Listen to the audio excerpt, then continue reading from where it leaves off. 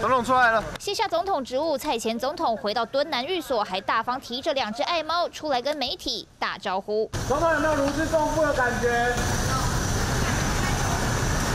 露出灿烂笑容，看来蔡英文这肩上重担真的卸下不少。相较上午在总统府穿的套装，现在换上宽松蓝色衬衫和黑裤。有去买电器了吗？有去买电器了吗？搬家用的电器买了吗？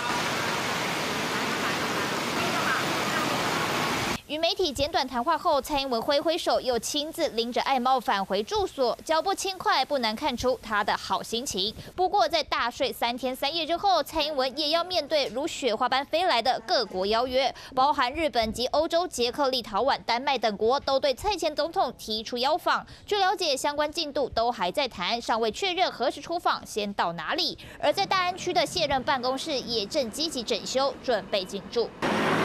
据了解，蔡英文卸任办公室未来除了成为英系成员重要聚集地外，也兼具国际智库性质，将着重筹办与国际各界互动事项。至于卸任后，根据卸任总统、副总统礼遇条例，蔡英文可享每个月25万礼遇金，但蔡英文兑现年改承诺，将领公务员月退上限8万6千多元，等于自砍16多万，换算8年就有1500多万元捐作公益。蔡英文时代画下句点，不过他在政界的影响力将持续下去。3立环新城何志德、侯彩虹台北怎么了？